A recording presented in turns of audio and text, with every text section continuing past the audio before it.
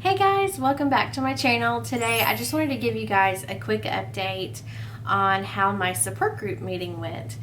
So just in case you're new to my channel, just to let you guys know, I am in the process of getting gastric bypass, the RNY gastric bypass surgery in Knoxville, Tennessee with Dr. Stephen Boyce at New Life Center for Bariatric Surgery. And there was a big checklist that I talked about in one of my other videos about stuff you have to go through before you can be approved for this surgery. And one of the things on my list was going to a support group, a bariatric support group. So I found one close to my house, and my husband was really supportive and he went with me. And I just wanted to tell you how that went. So we got there, it was in the evening, it was at one of our local hospitals, and we get there and there were about, it was a pretty small hospital, which I like this hospital, but there was about maybe 15 or 20 people in it, and it was pretty small. Like I said, we kind of all just sat around tables that we were kind of all facing each other in the room, and I was towards the end of the group and they started at the other end, I guess I should say, and they all started to introduce themselves. It was about an hour. It was supposed to be from 6:30 to 7:30, and they started with the, like I said, the other people on the other end of the table, and they all started to introduce themselves. They said what kind of surgery they either had or were having, and just a little bit about themselves, and it took quite a long time to get to me, which was fine. I really enjoyed hearing everybody's stories, of course.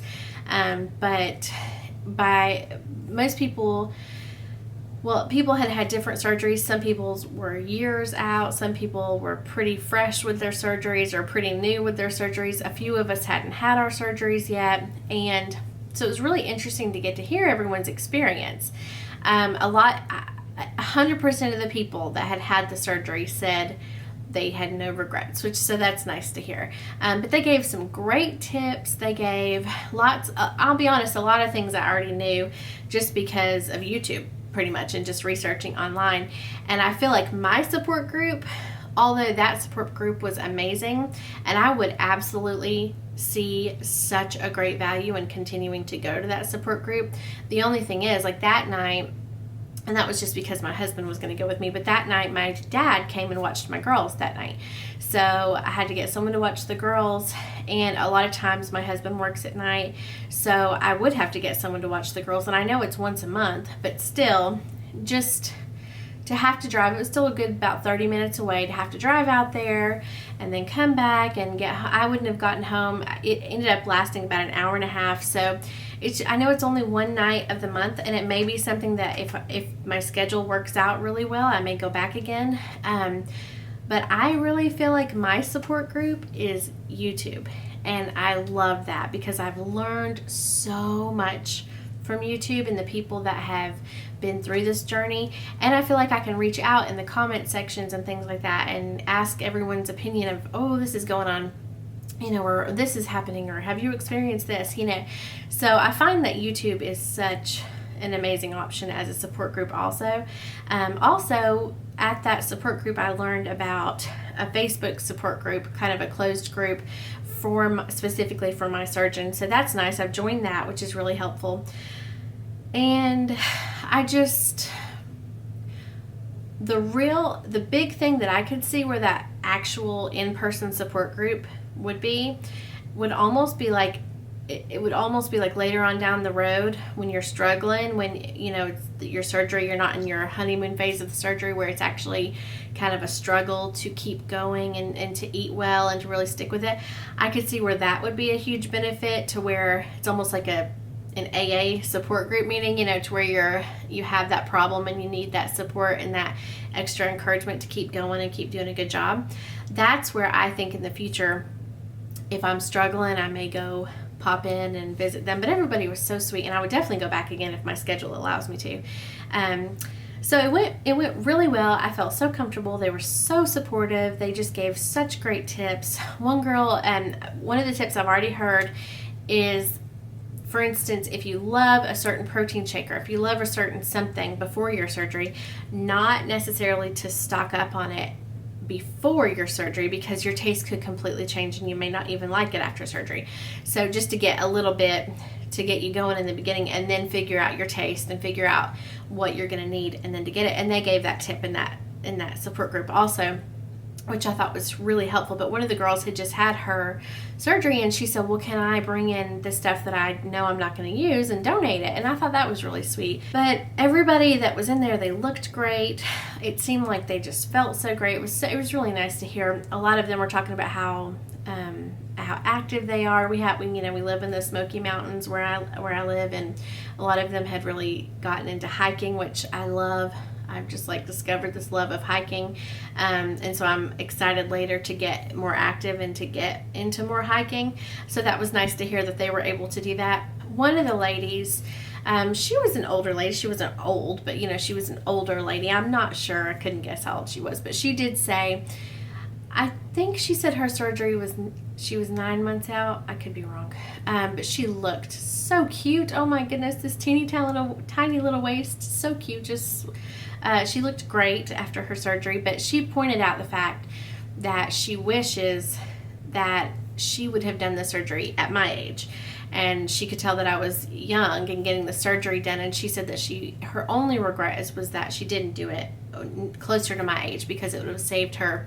I think she said she had 2, maybe 3 knee replacements throughout her life, and just a lot of surgeries and a lot of pain and a lot of health problems that it could have saved her if she got it done earlier.